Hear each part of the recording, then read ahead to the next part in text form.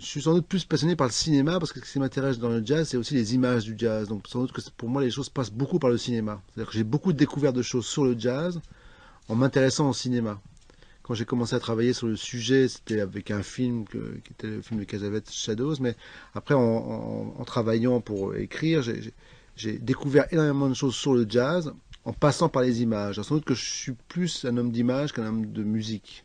Même si moi-même j'étais jazzman avant, mais dans ce que je fais, dans mon intérêt pour les deux aujourd'hui, il y a sans doute d'abord ma passion pour le cinéma. Par essence, la musique est dissociable des images. On peut toujours écouter de la musique, quelle qu'elle soit. La musique, c'est d'abord du son.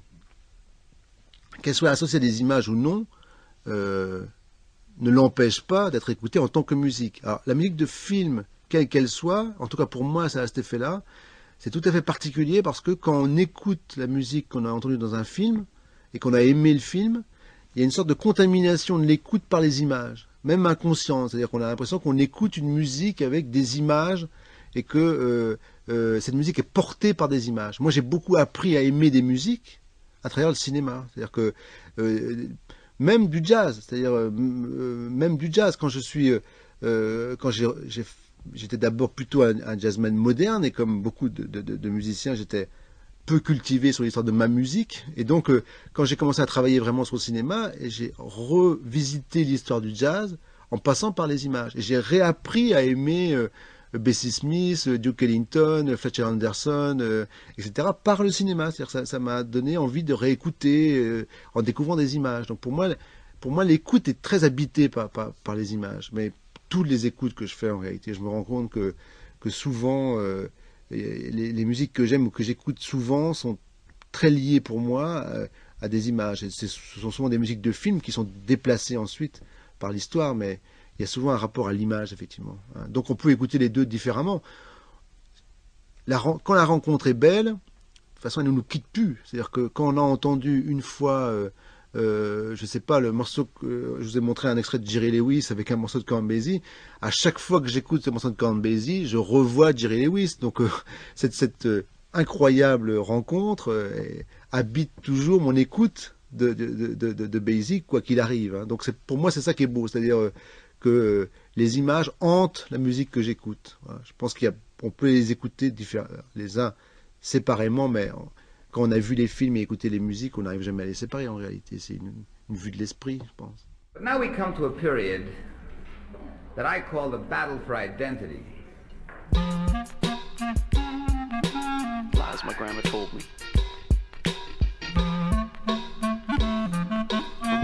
Yeah, superstitious devices. Lies my grandma told me. What? Urban mythological rules. Bubble mice, yeah. Salut les kids et bienvenue dans En attendant Godard, saison 15, épisode 41. Cette semaine, émission dernière séance, mélange des genres et cinéma d'antan. Sur l'écran noir de nos nuits blanches, nous on fait du cinéma, sans pognon et sans caméra. Bardot peut partir en vacances, notre vedette c'est toujours toi. Pour te dire qu'on t'aime, rien à faire, on flanche.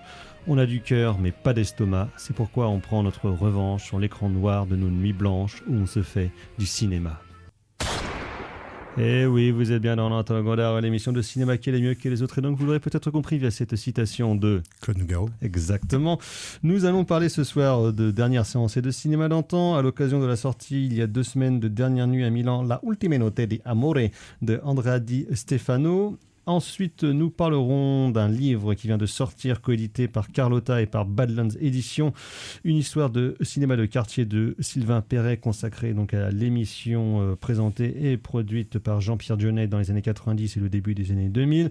Et enfin, en notule, le docteur nous parlera de Burning Days de Emin Alper. Et pour parler de ce jeu programme autour de cette table, il y a bien évidemment la fine fleur de la critique du Grand Ouest à ma gauche. Toujours à ma gauche, il y a carrément Fleuret. Bonsoir Thibaut. Salut Thomas, salut à tous. Il y a également le docteur Erwan. Bonsoir docteur. Bonsoir. Et à la mise en scène de cette émission, bien évidemment, il y a Valentin. Bonsoir Valentin. Bonsoir. Donc voilà, avant de passer aux agendas et à la section critique de cette émission, donc vous l'avez entendu en pré-générique de cette émission, un Rest in Peace un peu particulier cette semaine, puisque donc c'est quelqu'un que nous connaissions à peu près tous ici autour de cette table. Nous avons eu tous affaire à lui au moins à un moment donné, à part Thibaut, car il n'a pas fait ses études à Rennes 2. C'est donc Gilles Molic, enseignant-chercheur et professeur ici donc à l'université Rennes 2, qui nous a quittés des suites à un cancer mercredi dernier. Et c'est vrai qu'on a tous été ici, on a eu affaire à lui entre guillemets au cours de nos années d'études, nos années de chercheurs ou même les années après justement. Et donc c'est vrai que pour l'université Rennes 2 et pour la recherche en cinéma en France, c'est quand même une perte docteur. Une grosse perte, ouais, grosse perte. Moi je l'ai eu comme prof. Oui, pareil, moi aussi, Valentin aussi. Et puis aussi comme on a travaillé ensemble. Comme collègue. J'ai plutôt participé, on va dire, au laboratoire de thèse. D'abord, c'était sur les courts-métrages documentaires. Et puis après, il avait pris la direction du labo, donc j'avais fait les premières années. Donc je l'ai vu à la fois dans des activités, on va dire, d'enseignants, puis des activités de recherche. Et c'est vrai que moi, j'ai des souvenirs. En fait, c'est marrant, j'ai des souvenirs qui sont assez associés au jazz. Je me souviens d'une séance, notamment, où il nous avait présenté 3 jours à Okoé. Oui, parce que Gilles, dans ses champs de recherche, avait notamment sur toute la question du son et de la musique, mais plus particulièrement le jazz, parce qu'il était musicien de jazz avant d'être prof, en fait, et donc ça a été un de ses champs de recherche. Et on va dire, par corrélation, un de ses gros travaux, ce qui a donné un de ses les plus importants, c'est improviser le cinéma. Donc, surtout la question de justement l'improvisation au cinéma par les films de Cassavetes, par les films de Stephenin, les films de Rouge, tout ça. Donc, voilà. Je me souviens de ses cours sur Cassavetes. Donc, effectivement, voilà, moi, c'est vrai que le jazz, qui était un domaine que étudiant, que je connais, que je découvrais tout juste sur le plan musical et dont j'étais totalement ignorant sur le plan cinématographique. La seule chose dont tu connaissais du jazz, c'était les samples. Je me souviens de cours aussi où ils nous montraient des extraits de comédie musicale des années 30, avec notamment ce duo de danseurs dont j'ai un petit peu oublié le nom, ce duo qui fait des trucs qui descend sur des marches en faisant de grands écarts et tout ça. Un truc assez... Bubsley Berkeley. C'est peut-être lui en Corée, mais c'était deux danseurs afro-américains. Je vois qu'on a bien retenu le son. Ouais, j'ai pas révisé trop avant, mais voilà, des choses assez bluffantes, justement, sur les films des années 30-40, et la présence notamment des afro-américains dans le cinéma, parce qu'évidemment, quand on parle de jazz, ça va évidemment avec. Donc voilà, et puis c'est puis quelqu'un qui a été quand même important pour le département, quoi, qui a tenu le département.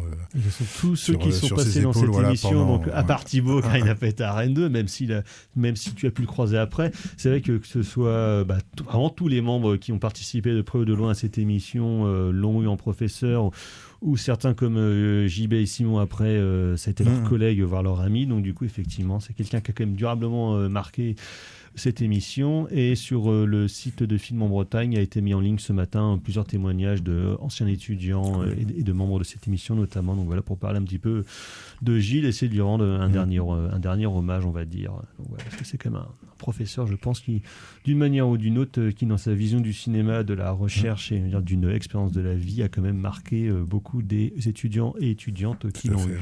Ouais, complètement. Donc voilà, repose en paix, Gilles.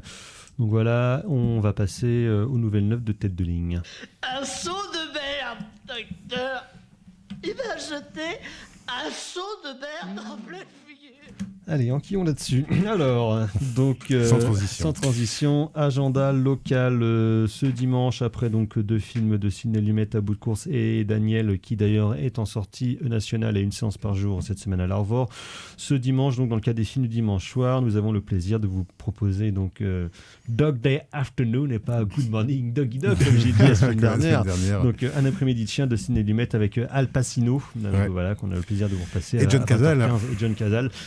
L'acteur qui a la meilleure filmographie du monde, 5 films, 5 chefs-d'œuvre. Exactement, donc, super acteur. Donc voilà, on est très content de vous repasser ça. Ce sera le dernier film de la saison, donc avant la pause estivale, bien évidemment. Sinon, à partir de la semaine prochaine, le 28, c'est mercredi prochain, jusqu'au 1er juillet, ce sera le festival Obscura au TNB et à la Parcheminerie. Donc festival coordonné notamment par Éric Touvenel, professeur à Paris maintenant, mais qui avant était à Rennes 2. Donc festival sur les films argentiques sans rapport avec le numérique. Donc tout ça, plusieurs rencontres, séances, colloques et projections, bien évidemment, autour de la question du cinéma argentique. Sinon, demain, vous savez que c'est la fête à Jacques Lang, parce que c'est la fête de la musique. Ouais. Et donc, il y a plein de films à l'Arvor. Exactement, c'est pour ça. Parce que autant musicalement, ça m'intéresse moyennement. Je crois qu'ils sont gratuits en plus. Je me demande s'ils sont pas gratuits. En tout cas très peu cher. Ouais, je crois que Profitez-en, ça n'arrive pas souvent. Ouais.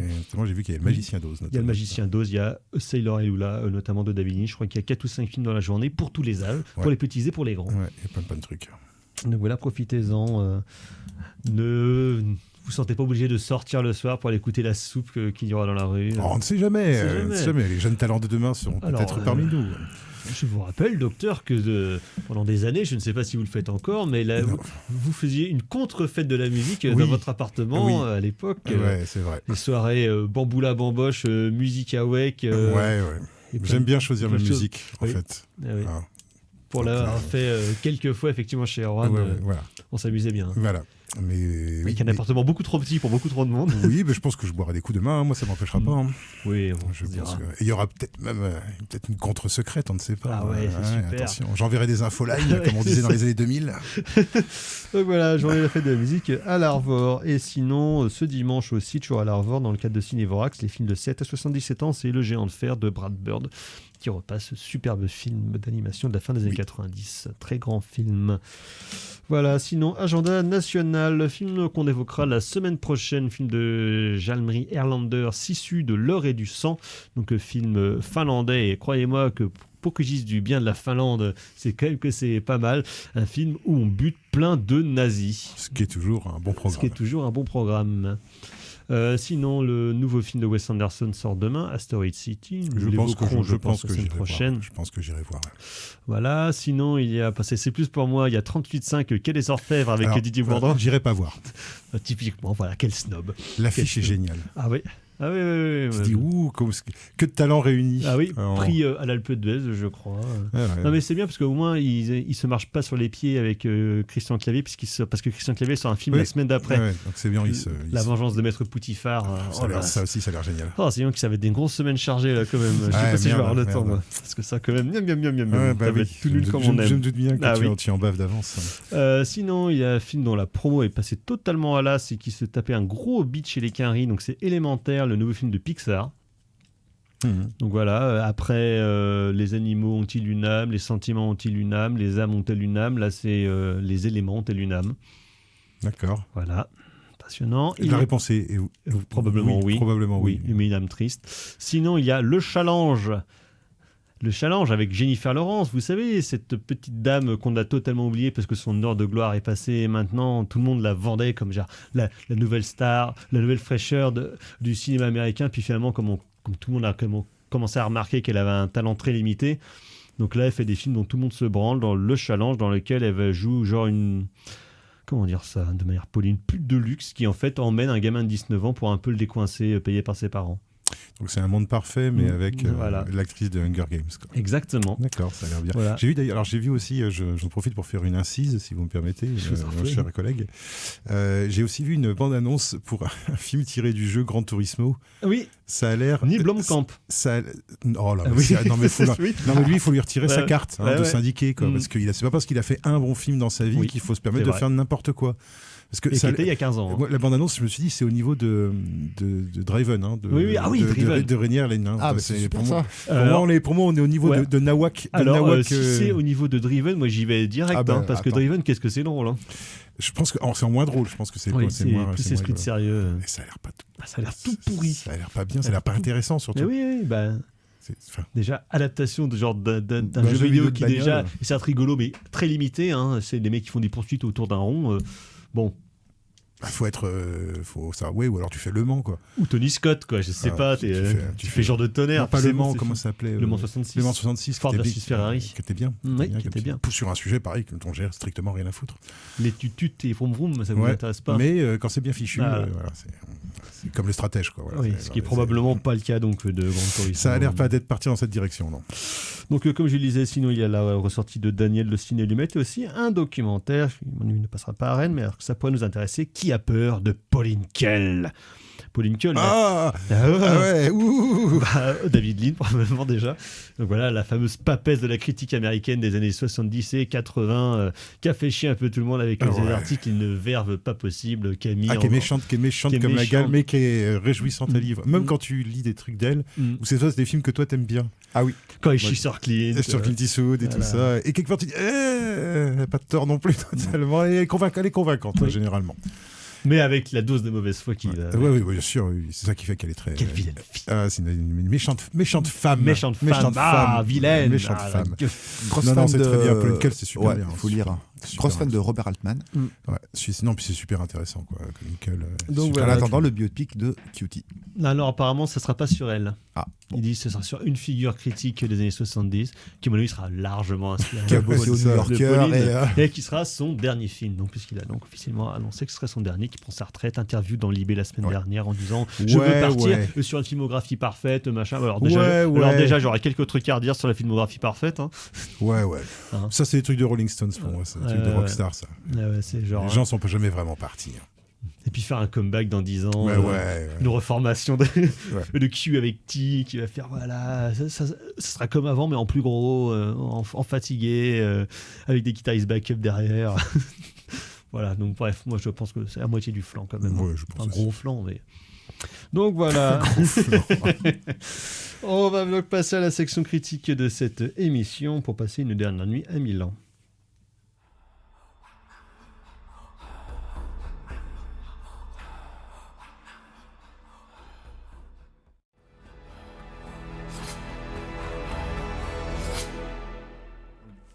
En attendant Godard sur Syllab, et donc c'était Fate Tiptoes to a Party, extrait de la bande originale de La Ultima Notte di Amore, composé par Santi Pulvigrenti. Alors, à propos de Russell Crowe qui donc fait l'accent italien dans L'Exorcisme du Vatican, dans son prochain film Craven le chasseur, il fait l'accent russe. Parfait. Il le fait comme moi. On regardera. Oui, voilà, on regardera. Juste pour l'accent. C'est devenu notre nouveau Gérard Butler. Exactement. Qui a sorti un film la semaine dernière, Kandar, son film de guerre au Moyen-Orient. Donc moi ça me. On en reparlera. Sans rapport. On en reparlera hors antenne. Oui, sans rapport. Sans rapport avec tout ça. Donc Dernière nuit à Milan de Andrea Di Stefano, sorti il y a 2 semaines avec la fabuleuse star Pier Francesco Favino, qu'on a vu notamment dans Le Traître de Bellocchio, dans Akab et Subora de Solima. Donc voilà, grand acteur, et qui donc là revient avec un polar qui, rien que par le titre et sa musique, fait très référencer justement au polar italien des années 70 et des années 80, les poliziotesco, mais dans une veine quand même différente, même si beaucoup d'éléments nous rapprochent de ce cinéma-là. Déjà, outre le fait de placer l'action du film à Milan, qui a été une des films les plus filmés durant les années de plomb, en tout cas les années de plomb au cinéma évidemment, et dont l'intro du film fait fortement penser à une introduction de poliziotesco, si à l'époque où Umberto Lenzi avait eu de la thune pour faire autre chose que des zooms. Et donc de quoi que ça parle? Eh bien donc si Umberto Lenzi avait eu un drone. Oui, voilà. Et donc de quoi que ça parle? Eh bien donc c'est Pier Francesco Favino qui joue un inspecteur de police dont le nom de famille est Amore. C'est sa dernière journée de travail. Donc voilà, comment dire, une journée de la retraite, ah là là, mais qu'est-ce qui m'arrive?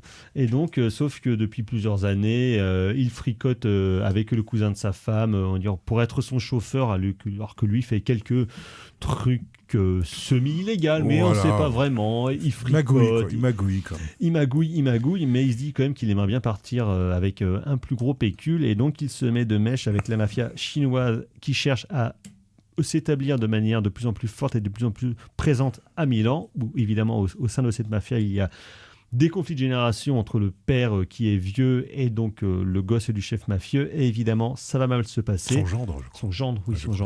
Alors qu'il doit convoyer une femme avec une mallette d'un point A à un point B, il se fait attaquer sur la route, son collègue se fait buter, et de là démarre une nuit de merde et une enquête pour essayer de résoudre les tenants et les aboutissants de ce merdier, parce qu'évidemment sa femme s'en mêle, le cousin s'en mêle, les diamants qui ont disparu doivent être retrouvés, et une genre de chasse, on va dire, de chasse psychologique et de chasse à l'homme se met en route.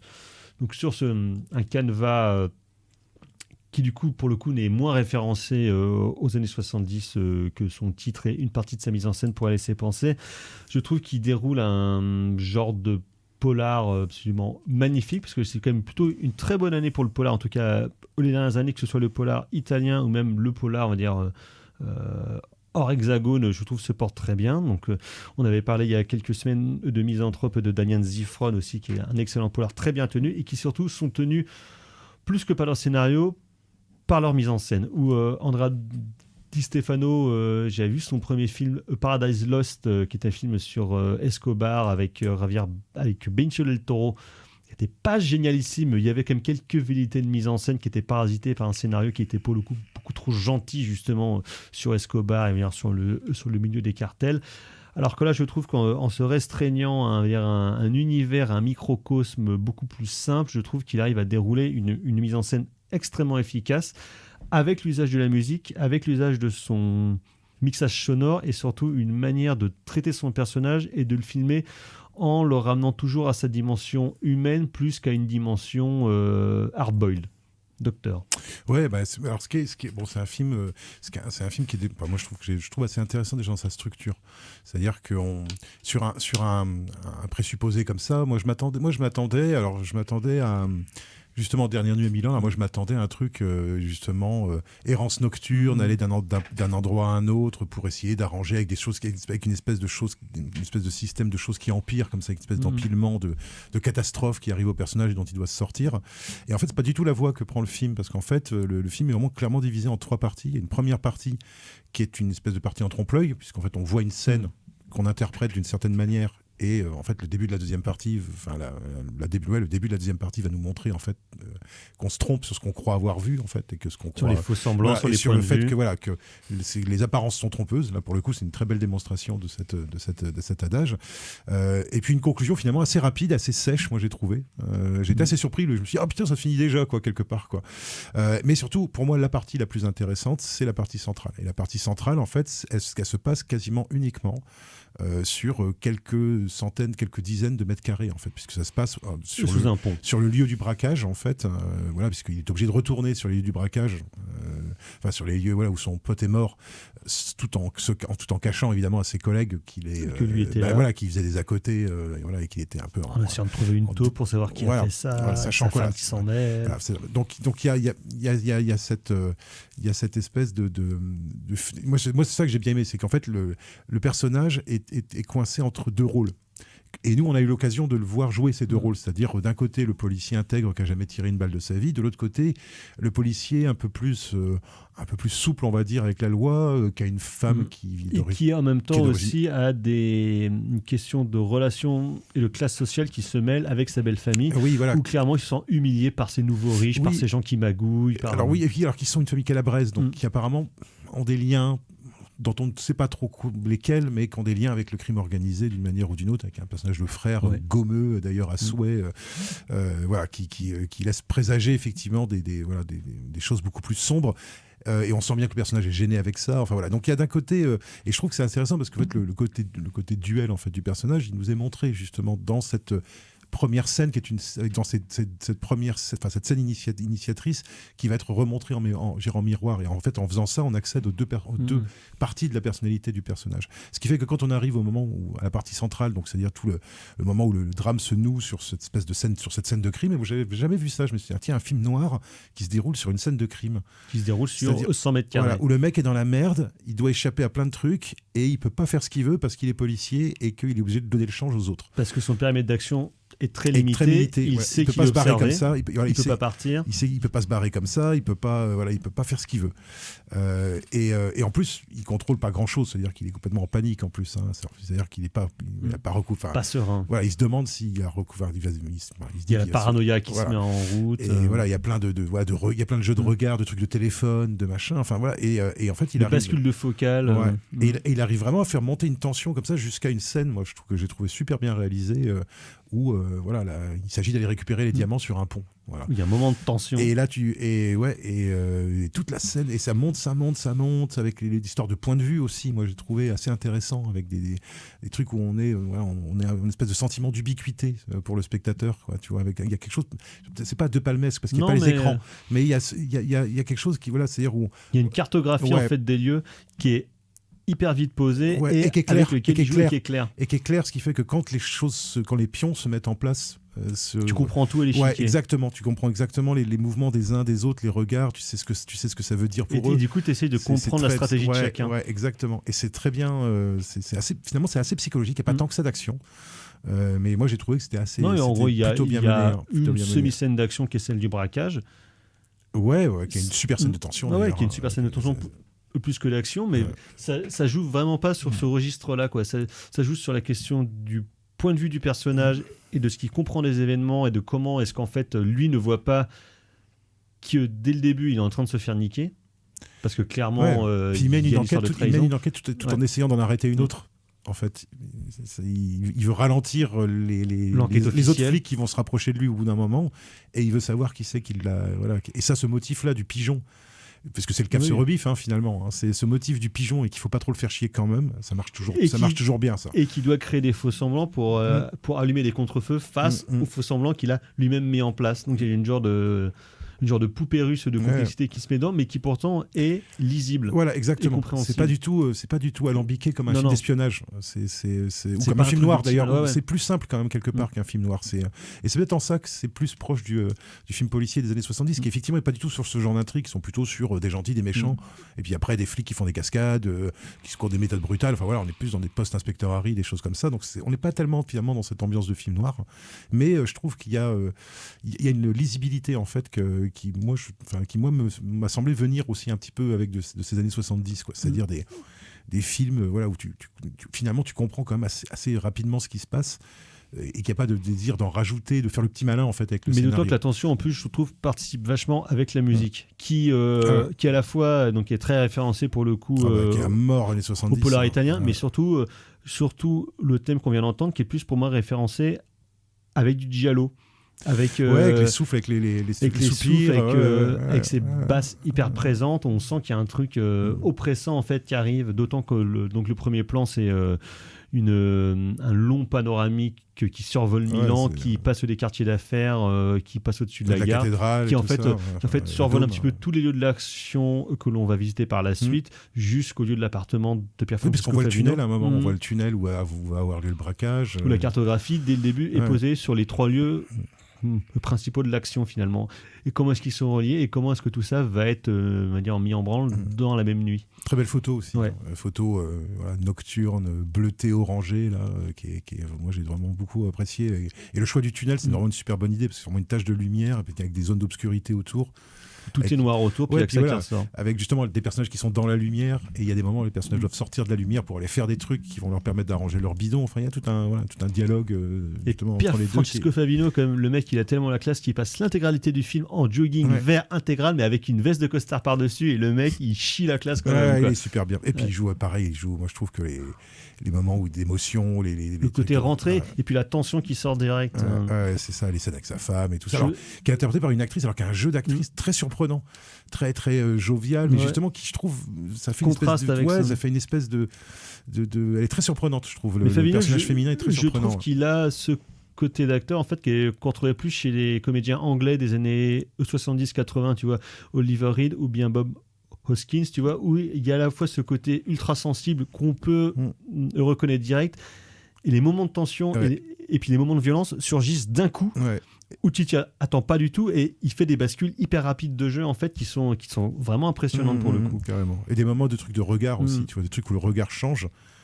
Et tout d'un coup, tu dis, ouais, en fait, le mec, il est assez menaçant, en fait, quoi. Quand même. Il arrive vraiment en plus culmine dans une scène finale qui, pour le coup, est, je trouve, vraiment maligne et assez totalement anticlimatique, jusqu'au tout dernier plan où on se dit, tu sais, t'as un peu l'impression que c'est la fin des Sopranos, tu fais, oh non! Et en fait, ça coupe. Ouais. Alors, t'as ressenti ça, le léger décadrage. Il y a un léger décadrage à la fin, et il y a Une ombre au fond. quelque chose au fond, une silhouette. Voilà. Et là, je me suis. Ouais, d'accord. Donc, donc voilà. la même chose. C'était fait pour. Ok, c'est Voilà. pas juste moi qui me suis dit, tiens. Oh, bon Dieu, il est fort. Comment ça va se finir pour le personnage voilà. Enfin voilà. Non, c'est plutôt le film est bien maîtrisé, quoi. Bien maîtrisé. Ça fait toujours plaisir à voir. Film italien bien foutu, voilà, c'est toujours très agréable. Des polars qui ressemblent à des vrais polars, quoi. Ouais, c'est vrai. Ouais. Puis voilà, du polar qui ressemble à du vrai polar, exactement. Donc voilà, Dernière nuit à Milan, La ultima notte di amore de Andrea Di Stefano, encore actuellement dans vos salles. On va rester sur un caractère un peu 70s, 60s du cinéma. Donc on va parler de dernière séance, de quartiers malfamés et pas très fréquentables. Mais bon, on a un peu rien à battre.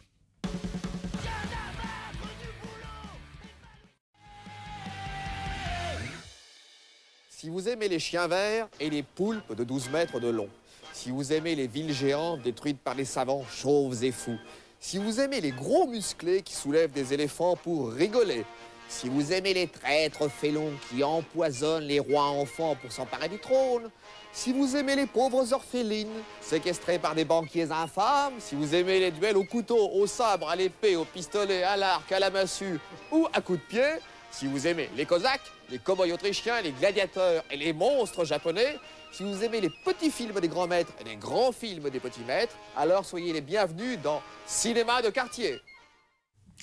En attendant Godard sur Syllab, et donc c'était Poésie Zéro avec Rien à battre, suivi d'un extrait de la bande-annonce de Cinéma de quartier, le livre dont nous allons parler dès à présent, donc une histoire de cinéma de quartier écrit par Sylvain Perret et coédité par Carlotta et les éditions Badlands. Sylvain Perret, on le connaît notamment parce qu'avant il y avait un blog fameux qui s'appelait Inculte, dans lequel Sylvain donc traitait de toutes les bisseries en tout genre et qui maintenant bosse chez Gaumont.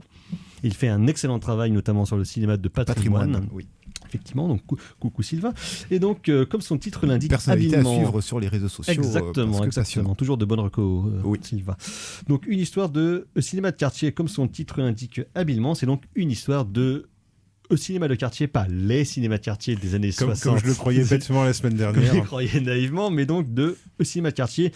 L'émission de télé présentée par Jean-Pierre Dionnet dans les années 90 et les années 2000, donc les deux volets de l'émission, cinéma de quartier et quartier interdit, ou donc quartier interdit parlait plus de films d'horreur, de films violents, de films sadiques, de films dégueulasses et outranciers, bref, pour les gens déviants, comme on dit. Et donc ça revient effectivement... On en connaît tous. On en connaît tous. Et donc, on essaye de les aider, mais c'est pas simple. Et donc, on va dire, le film est clairement... On va dire, le livre. Le livre, oui, en deux. Donc, il y a à la fois une historique... de l'histoire et de la production de l'émission, mais aussi c'est pas un bonus, c'est quand même une partie du film, mais c'est le listing de tous les films diffusés dans les deux émissions, donc le listing intégral qui apparemment a été un sacré merdier à réunir, car on sait bien que la question des archives audiovisuelles c'est un bordel sans nom, donc de réunir tout le listing, parce que évidemment, même les principaux intéressés et instigateurs de l'émission n'avaient pas ces listings parce qu'ils avaient autre chose à foutre que de tenir des listes. Visiblement, ils avaient déjà d'autres trucs à régler, comme par exemple tenir les propres listes de films de Jean-Pierre Dionnet, parce que beaucoup de gens qui ont travaillé avec lui par la suite ont souvent commencé par être les gens qui tenaient les listings, les bases de données, de ces gigantesques collections. On en avait parlé au mois de novembre avec Antoine de Spectrum Film, qui a commencé donc aussi comme ça.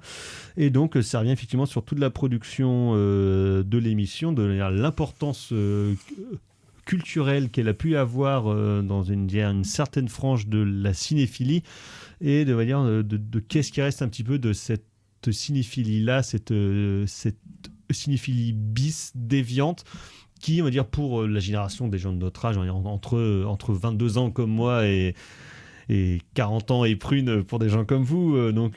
Comment est-ce que cette cinéphilie-là, finalement, pour une grosse frange de la nouvelle cinéphilie, a pris le pas sur la cinéphilie classique?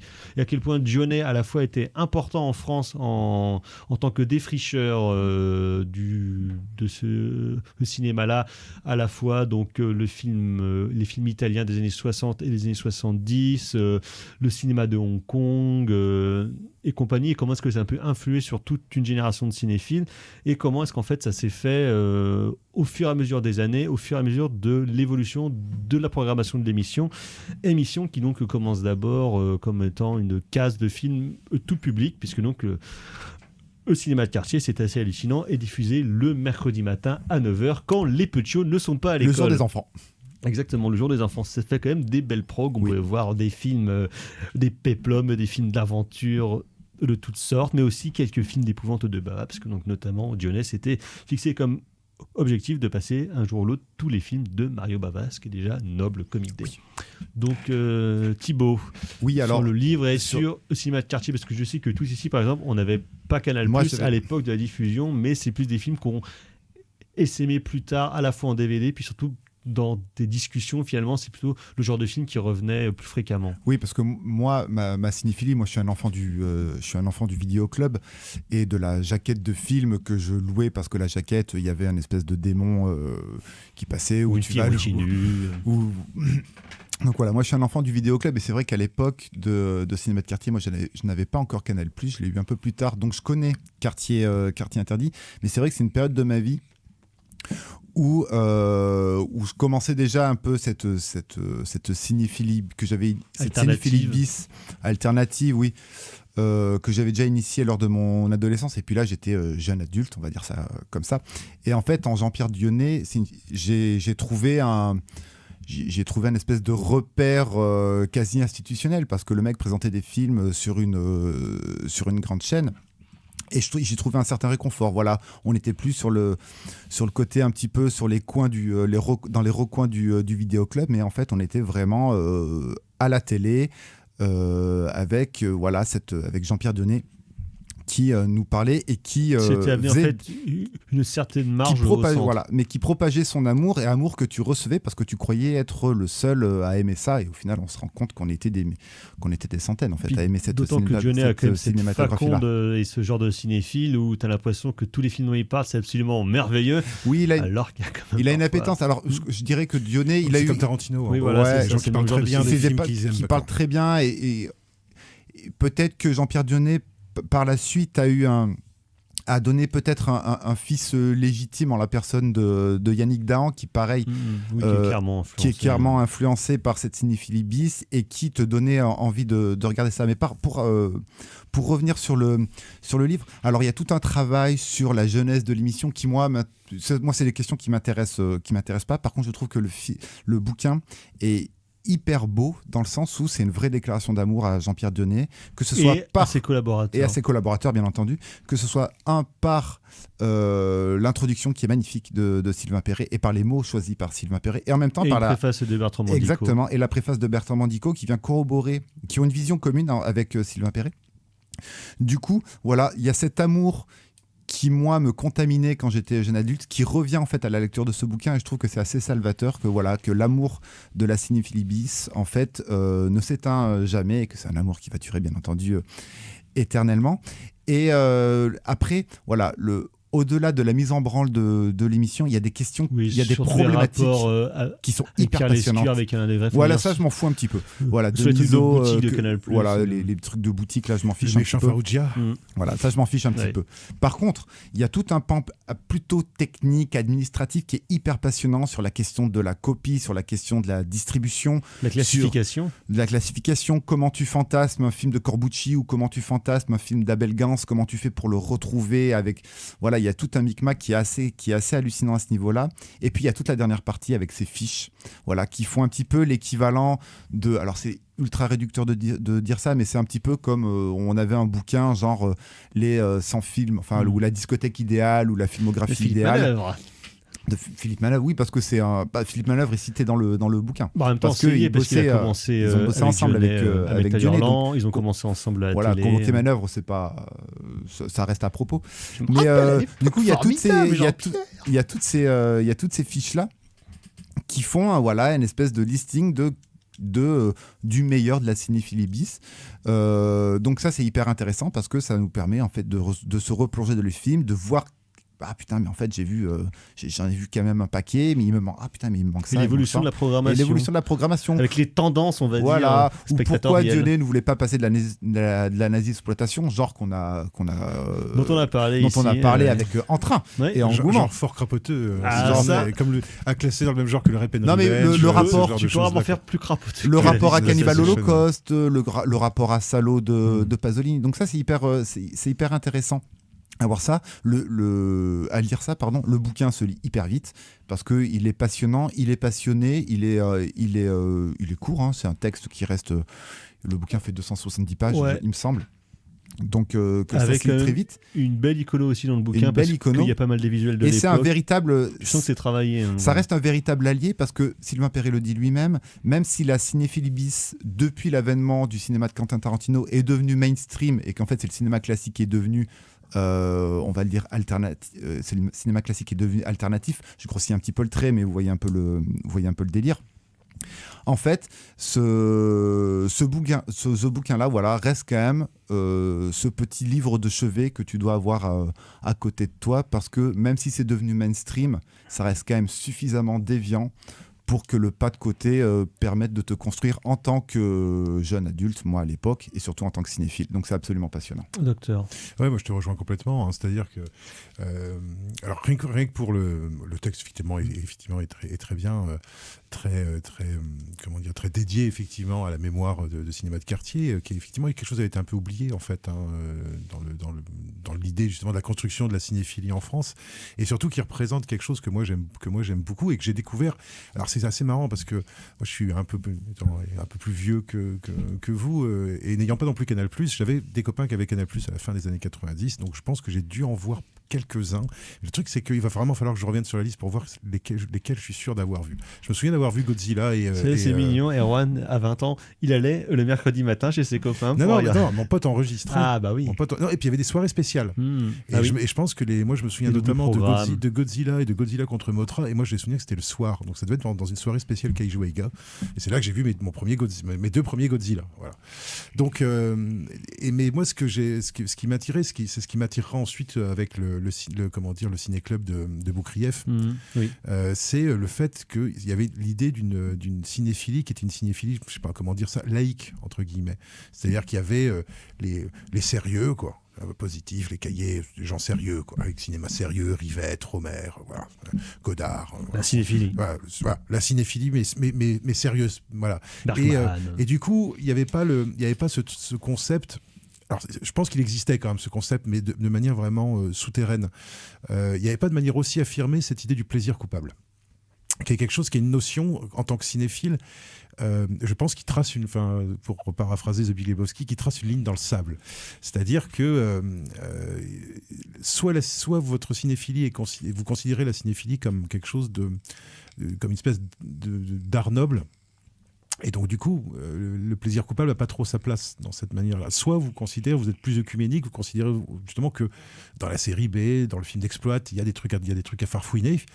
Et à mon avis, voilà, on découvre des plaisirs justement qui sont certes un peu coupables, avec des films parfois un peu bancaux, mais où il y a toujours une scène folingue. Et où il y a une scène folingue, il y a un acteur qui en fait des caisses, et en même temps c'est super à voir. Ça fait souvent des caisses. Voilà, ça en fait souvent des caisses. Ou au contraire, des trucs complètement neurasthéniques, mais qui sont très drôles à regarder. Voilà. Bon, moi ce que je m'en rendais pas compte à l'époque, mais rétrospectivement, avec justement les 7 avec tout ça. Mais en fait, je me rends compte qu'en fait, j'ai pas eu le temps de cocher exactement ce que j'ai vu dans la liste, ce que j'ai pas vu. Je pense qu'il y a une partie quand même que j'ai pas vu. Il y a une partie quand même il y a quand même pas mal de films que j'ai vus. Mais je me rends compte qu'en fait, je les ai pas vus au cinéma de quartier, tous ces films-là. Ces films-là, je les ai vus 5-6 ans après, en DVD. Avec la collection de justement. Avec Neo Publishing, avec tu vois, les Fulci, les trucs comme ça. Et ça, c'est le DVD, moi, qui m'a. Et en fait, j'avais pas du tout conscience. Quand j'ai regardé un peu la prog, je me suis dit, putain, il a passé un nombre de trucs complètement incroyable. Moi, j'aurais vu ça genre en 96, en 98, mais j'aurais mon cerveau qui aurait explosé, je pense. Je sais même pas si j'aurais apprécié, en fait, à l'époque. Tu vois, mais il y a des trucs, il y a des films de tard, il y a les Mario Bava, les Western Spaghetti, Le Grand Silence, toute la quête de la fin alternative du Grand Silence. Et ça, j'avais pas pris. J'avais le bouquin a aussi ce grand mérite de montrer que l'importance patrimoniale en fait du cinéma de quartier, que c'est pas juste un outil de diffusion et de transmission.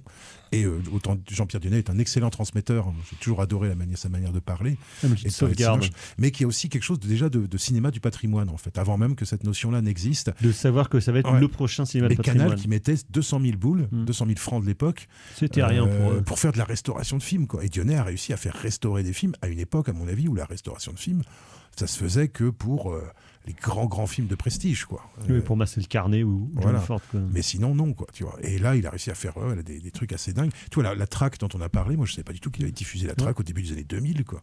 Moi, je pense... Oui, quand le je film, le et en plus, le film est tombé un peu dans le Ouais, moi, quand je l'ai découvert il y a 2 ans, pour moi, c'était, tu vois, c'était quelque part, tu vois, comme quoi...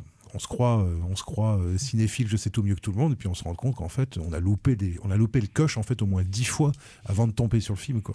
Et ça invite aussi un peu à la modestie, quoi, quelque part, pour le cinéphile averti. Mais par contre, je sais que moi, je vais faire mes petites coches et je sais que ça va me faire une liste de trucs à regarder cet été. De trucs à voir. Dis donc que t'as pas fini parce qu'il y a 15 ans de programmation. Il y a 1000 films, il y a 1000 films à peu près. Mais je pense que sur les ça 1000 fait un bon été. Hein. Ouais, sur les 1000 films, je pense qu'il y en a quand même un certain nombre que j'ai vu, quand même, je pense. Après, est-ce que tu as vu tous les péplums avec des mecs en slip non, je suis pas bon en péplum. Moi, j'en ai vu quelques-uns. J'en ai vu quelques-uns aussi, mais je suis pas très bon en péplum. Après, il y a un truc qui est hyper intéressant dans le bouquin, c'est qu'il n'oublie pas de citer les précurseurs. Il rappelle que Positif avait fait sa couverture à l'époque sur Mario Bava, mais ça restait un one-shot. Il rappelle l'existence de Minuit Fantastique, qui était hyper important pour le cinéma. On parlait de cinéma d'arts martiaux au début des années 80 avec Assayas. Oui. Et puis, il parle aussi il convoque aussi la figure qui... Alors, peut-être que ça peut faire rire maintenant, mais la figure d'Eddie Mitchell est hyper importante avec la dernière séance. À la fois Brion avec... il parle de Brion, et voilà. Et en fait, la dernière séance il rattrape... En fait, tout ça pour dire qu'il n'y a pas de bonne ou de mauvaise cinéphilie.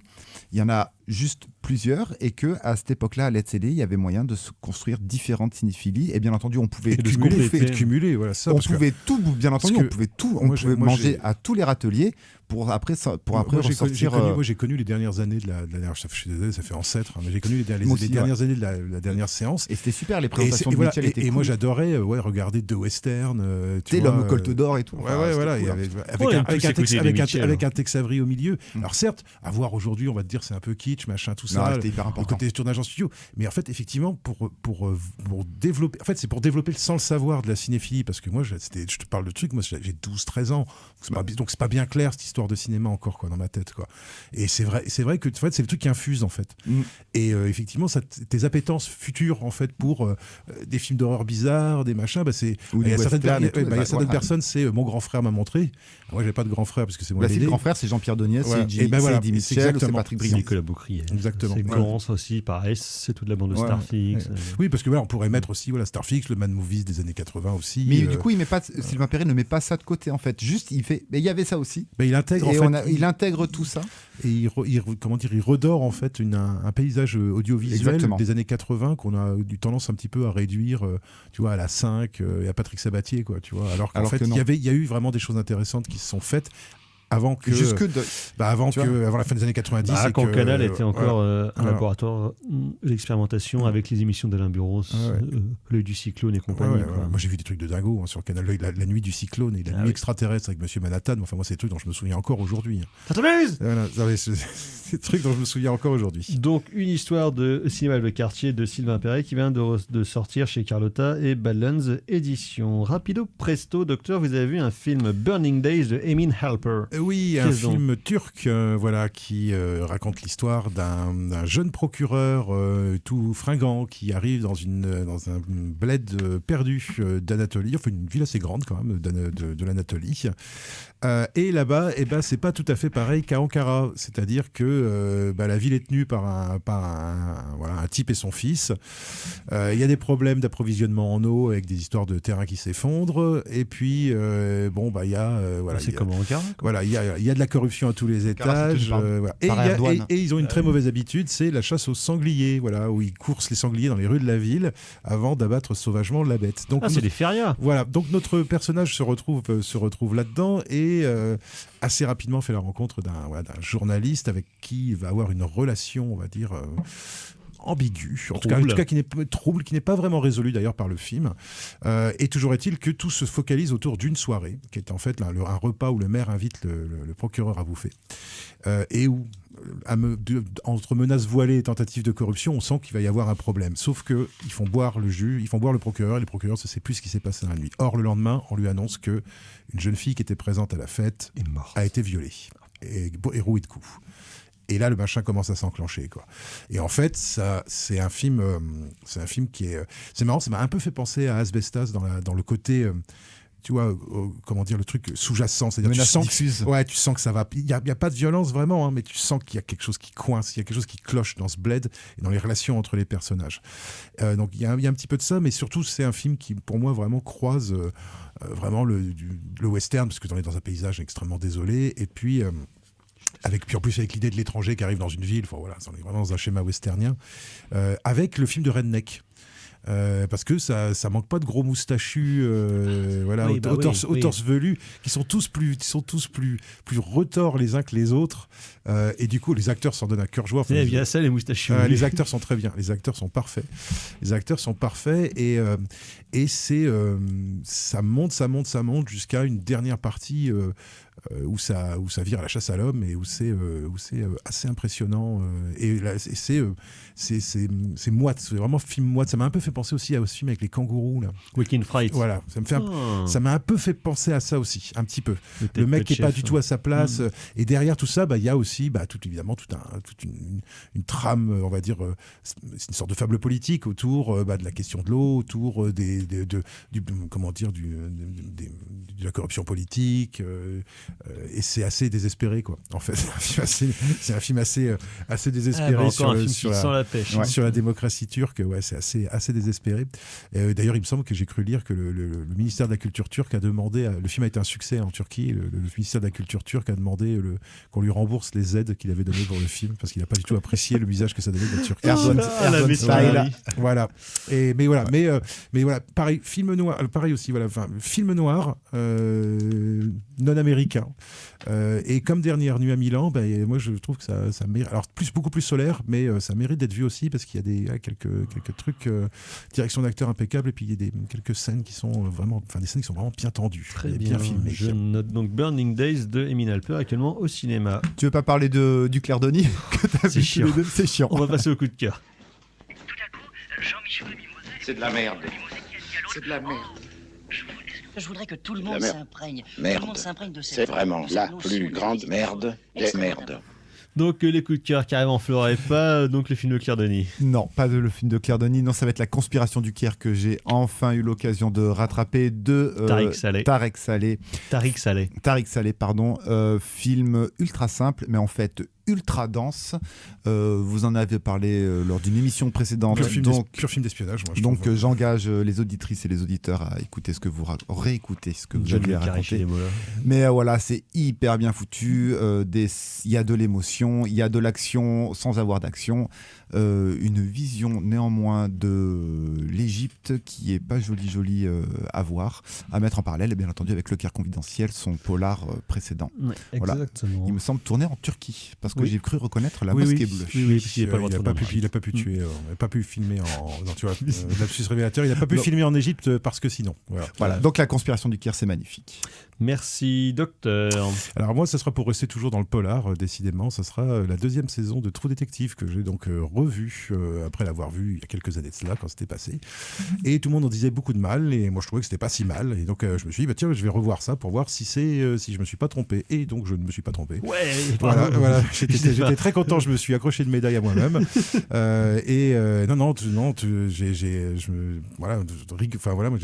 Je reste persuadé que c'est sans doute finalement presque une des meilleures, pas adaptations d'Elroy, mais c'est sans doute une des meilleures variations sur l'œuvre de James Ellroy que moi j'ai pu voir au cinéma. Dans les quartiers de Los Angeles, à Venice. Et avec ce côté déprimant, avec ce côté pourri, quoi, tout pourri de l'intérieur.